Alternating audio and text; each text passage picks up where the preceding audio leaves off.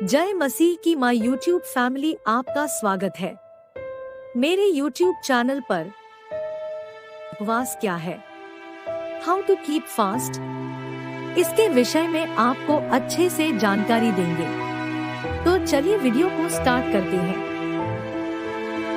इस विषय पर अलग अलग लोगों का अलग अलग विचार और नजरिया है। जब भी हम उपवास या उपवास प्रार्थना की बात करते हैं तो बहुत सारे लोगों को यह पता नहीं होता है कि किस प्रकार से उपवास करना है या फिर किस प्रकार से उपवास करने के विषय में बाइबल में कहा गया है। इसलिए आज इस वीडियो के माध्यम से मैं आप लोगों को उपवास कैसे रखें, उपवास कितने दिन का रखें, उपवास रखने का सही तरीका क्या है, उपवास में क्या खाएं, इन सारे विषयों के बारे में बहुत ही विस्तार से बताने वाली हूँ। उपवास क्या होता है? What is fasting? उपवास का सही अर्थ क्या है?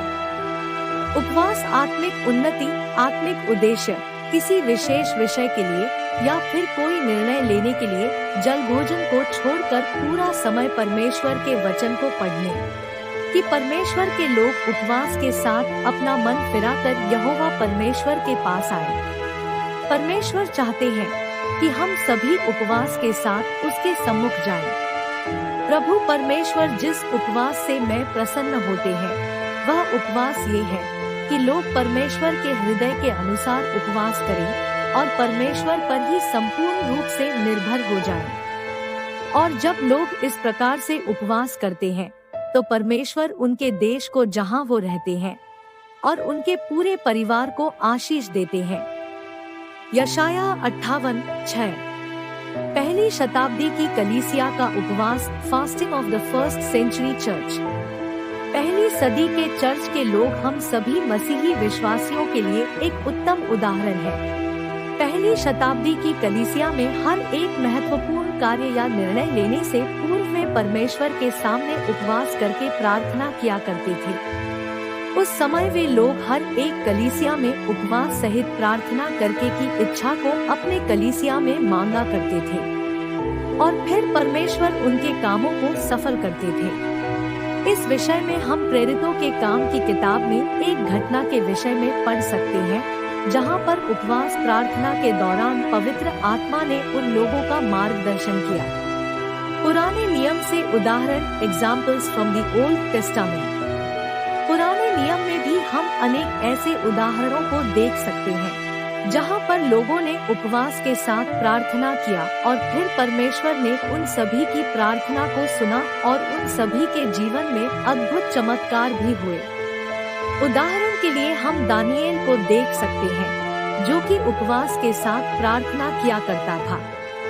इस कारण से परमेश्वर ने उसकी प्रार्थना का उत्तर भी दिया और उसके कारण पूरे संसार के लोगों ने सच्चे परमेश्वर को भी पहचाना। दानियल को परमेश्वर ने शेर के मान से बचाया और उसके दोस्तों को धड़कते आग की भट्टी से जीवित निकाला था। इससे पर मिस्र की नाम की महिमा हुई। उपवास कैसे रखें? उपवास कितने प्रकार के होते हैं?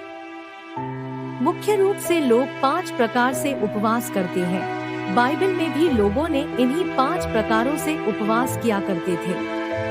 यह है वे 5 प्रकार के उपवास जिन्हें उस समय के लोग किया करते थे। उपवास के कुछ प्रकार यह है। These are some types of fasting। पहला उपवास इस प्रकार से है। इस उपवास में लोग किसी भी प्रकार से कोई भी भोजन या जल को ग्रहण नहीं किया करते हैं। सही मायने में यही एक संपूर्ण उपवास का तरीका होता है। इसमें किसी भी प्रकार का कोई फल या फल का जूस भी लोग नहीं पीते हैं। इस तरह के संपूर्ण उपवास प्रभु यीशु मसीह ने भी किया था। स्वस्थ व्यक्ति ही इस उपवास को करे। दूसरा, उपवास करने वाले व्यक्ति भोजन को तो त्याग देता है परंतु थोड़ा बहुत जल या फलों का जूस अथवा कभी कभी चाय का सेवन कर सकते हैं। इस प्रकार के उपवास को हम सामान्य उपवास कह सकते हैं क्योंकि इसमें संपूर्ण रीति से निर्जल और निराहार वास नहीं होता है। ऐसे उपवास को वे लोग कर सकते हैं जो कि शारीरिक रूप से संपूर्ण उपवास करने में सक्षम नहीं है, वे लोग इस प्रकार से भी उपवास कर सकते हैं। यह सामान्य प्रकार लिया जाने वाला उपवास है। तीसरा उपवास, इस प्रकार के उपवास को एक आत्मिक उपवास की श्रेणी में रख सकते, क्योंकि इस प्रकार के उपवास में न केवल भोजन का त्याग करना होता है, इसके साथ ही साथ जीवन की तमाम बुराइयों से अलग रहकर और तमाम आधुनिक उपकरणों से भी खुद को अलग रखकर उपवास करना पड़ता है, जैसे कि मोबाइल फोन, फिर कंप्यूटर इत्यादि। इनसे भी खुद को पूरी तरह से दूर रखकर पूरा समय परमेश्वर के साथ बिताते हुए प्रार्थना और वचन का मनन किया जाता है। उस दिन आप भूखे या जरूरतमंदों को दान भी कर सकते हैं। यह एक ऐसा उपवास है जिससे परमेश्वर भी प्रसन्न रहते हैं। चौथा उपवास, यह एक ऐसा उपवास है जिसे आज के समय में बहुत सारे मसीही लोग करते हैं। इस उपवास को हम कपटियों का उपवास कह सकते हैं, क्योंकि स्वयं प्रभु यीशु मसीह ने इसके विषय में कहा है, जो कोई दूसरों को दिखाने के लिए उपवास रखता है, उसका उपवास कपटियों के उपवास के जैसा है, जैसे कि फरीसी और सदुकी लोग किया करते थे, ताकि लोग उनको उपवासी जानकर उनकी वाहवाही करें। बल्कि परमेश्वर तो ऐसे उपवास से प्रसन्न होते हैं जो दिखाने के लिए नहीं परंतु परमेश्वर के वचन के अनुसार होता है। और जो कोई दिखाने के लिए उपवास करता है, उसका प्रतिफल उसे मिल चुका है, परंतु जो लोग परमेश्वर की इच्छा के अनुसार उपवास करते हैं, उन लोगों को परमेश्वर जो गुप्त में है प्रतिफल देता है। उपवास कैसे रखना चाहिए? How to keep fast. उपवास रखने से पहले इन बातों का ध्यान रखें कि उपवास लोगों को दिखाने के लिए नहीं होना चाहिए। मनुष्य को दिखाने के लिए या फिर उनको प्रभावित करने के लिए उपवास कभी भी ना करें। प्रभु यीशु मसीह ने कहा था एक व्यक्ति को किस प्रकार से उपवास करना चाहिए, और यह भी कि एक व्यक्ति को किस रीति का उपवास नहीं करना चाहिए। यदि आप लोगों को दिखाने के लिए उपवास कर रहे हैं, तो आपको आपके स्वर्गीय पिता परमेश्वर जो कि गुप्त की बातों को देखते हैं, उनसे आपको कोई भी प्रतिफल नहीं मिलेगा। सामूहिक रूप में उपवास प्रार्थना, बाइबल में ऐसे अनेकों उदाहरण हैं जहां पर हम देख सकते हैं कि लोग सामूहिक रूप से उपवास प्रार्थना किया करते थे, और फिर परमेश्वर उन्हें उस उपवास प्रार्थना का उत्तर भी दिया करते थे। जैसे कि नीनवे के लोगों ने जब सामूहिक रूप से उपवास प्रार्थना करके परमेश्वर से क्षमा मांगा। योना की किताब, तो परमेश्वर ने उन लोगों के पूरे देश को नाश करने का जो निर्णय लिया था, उसे फिर नाश नहीं किया।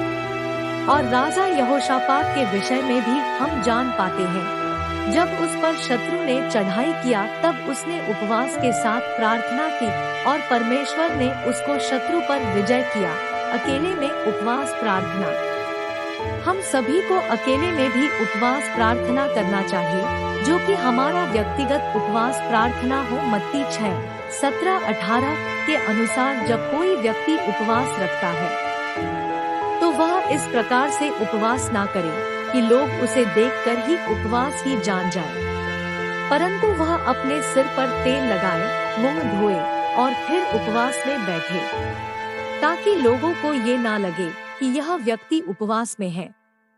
ऐसे में पिता परमेश्वर जो गुप्त में देखते हैं, उसे प्रतिफल देगा। उपवास के साथ प्रार्थना।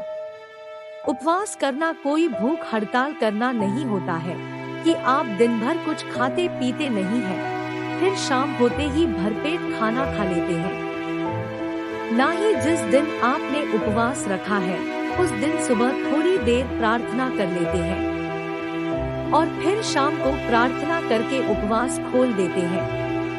यह किसी भी प्रकार से उपवास प्रार्थना नहीं है, बल्कि जब एक व्यक्ति उपवास के साथ बैठे तो उसके लिए जरूरी है कि वह प्रार्थना भी करे, साथ ही साथ बाइबल का अध्ययन करे। यदि आप उपवास के दिन प्रार्थना ही नहीं करते हैं, तो फिर वह उपवास नहीं कहलाएगा। उपवास रखकर पूरे दिन अगर आप अपने कामकाज करते हैं, जैसे कि नौकरी या कोई व्यवसाय, और फिर शाम को घर पर आकर उपवास खोल देते हैं, तो यह भी एक उपवास नहीं माना जाएगा। और ना ही उपवास रखकर पूरे दिन घर में बिस्तर के अंदर सोते रहे, यह भी उपवास नहीं माना जाएगा। वरन होना तो यह चाहिए कि जब कोई उपवास करे तो उसे प्रार्थना और वचन में निरंतर समय बिताने की आवश्यकता है। जिस दिन आप उपवास रखें उस दिन आप कोई काम काज ना करें। उपवास के लाभ और सावधानियाँ, benefits and precautions of fasting. जब भी परमेश्वर के लोगों ने और दास दासियों ने उपवास रखकर प्रार्थना किया है, तो परमेश्वर ने उनके जीवन में बहुत बड़े बड़े चमत्कार और अद्भुत कामों को किया। अगर आप एक सही मकसद से उपवास प्रार्थना करते हैं, तो वह उपवास एक बड़े काम या आशीष को आपके जीवन में लेकर आती है। बाइबल में बहुत बार ऐसा हुआ है कि जब लोगों ने उपवास के साथ प्रार्थना किया, तो परमेश्वर ने उनके प्रार्थना का उत्तर दिया और उनके जीवन में बहुत अद्भुत काम हुए। उपवास से जीवन में नम्रता और दीनता आती है। जब एक व्यक्ति बाइबल के वचन के अनुसार उपवास रखता है, तो उसके जीवन में नम्रता और दीनता आती है। वह व्यक्ति परमेश्वर को वचन को सीखता है और जिसके कारण परमेश्वर की आत्मा उसके जीवन में काम करती है। उपवास करने से विपत्तियां टल जाती है। जब आप किसी विपत्ति में होते हैं, तब अगर आप उपवास रखते हैं उस विपत्ति के हट जाने के लिए, तो परमेश्वर आपके जीवन से उस विपत्ति को हटा देते हैं। जैसा कि हमने योना की किताब में नीनवे देश के लोगों के विषय में पढ़ा है कि कैसे उनके देश में जो विपत्ति आने वाली थी, उस देश के लोगों के उपवास करने की वजह से और पश्चाताप करने की वजह से परमेश्वर ने उस विपत्ति को उनके देश से हटा दिया था। उपवास में क्या क्या करना पड़ता है? जब भी आप उपवास रखें, तो सुबह से लेकर शाम तक कुछ खाए पिए नहीं और पूरा दिन वचन पढ़ने और प्रार्थना करने में बिताएं। और अगर आप एक स्वस्थ व्यक्ति नहीं हैं, तो आप उपवास के दौरान थोड़ा बहुत जल अथवा चाय ले सकते हैं। याद रखिए, इस प्रकार के निराहार उपवास केवल पूरी रीति से स्वस्थ व्यक्ति ही रखें। व्रत रखने का सही तरीका क्या है? उपवास रखने का सही तरीका यह है कि जब भी आप उपवास रखें, उस दिन आप बाहर का कोई भी कामकाज ना करें, परंतु अपने घर में रहकर ही वचन को पढ़ें और प्रार्थना में समय बिताएं। और साथ ही साथ इस बात का भी ध्यान रखें कि एक अच्छा उपवास जो होता है वह पूरे दिन का होता है, यानी कि 24 घंटे का। उपवास के दिन क्या क्या खाना चाहिए? वैसे तो उपवास का मतलब ही होता है मेरा निराहार रहना, परंतु कई बार कुछ लोग ऐसे होते हैं जो शारीरिक रूप से स्वस्थ नहीं होते। ऐसे लोगों को उपवास के समय थोड़ा बहुत जल और थकान होने पर चाय ले सकते हैं। परंतु अगर आप उपवास के समय कुछ आहार लेते हैं, तो फिर वह उपवास नहीं होगा। कितने घंटे का उपवास रखना चाहिए? आमतौर पर लोग केवल 12 घंटे का उपवास रखना पसंद करते हैं, जैसे कि सुबह से लेकर शाम तक। परंतु अगर हम एक दिन की बात करते हैं, तो एक दिन का मतलब होता है 24 घंटे, यानी कि दिन और रात। इसलिए यदि आप एक दिन का उपवास रखते हैं, तो कोशिश कीजिए कि आप 24 घंटे का उपवास रखें। परंतु अगर कुछ लोग 24 घंटे वास नहीं रख सकते हैं, तो वह 12 घंटे का भी उपवास रख सकते हैं। Thank you for watching my video. मैं आशा करती हूँ कि आपको मेरी वीडियो पसंद आई होगी। धन्यवाद।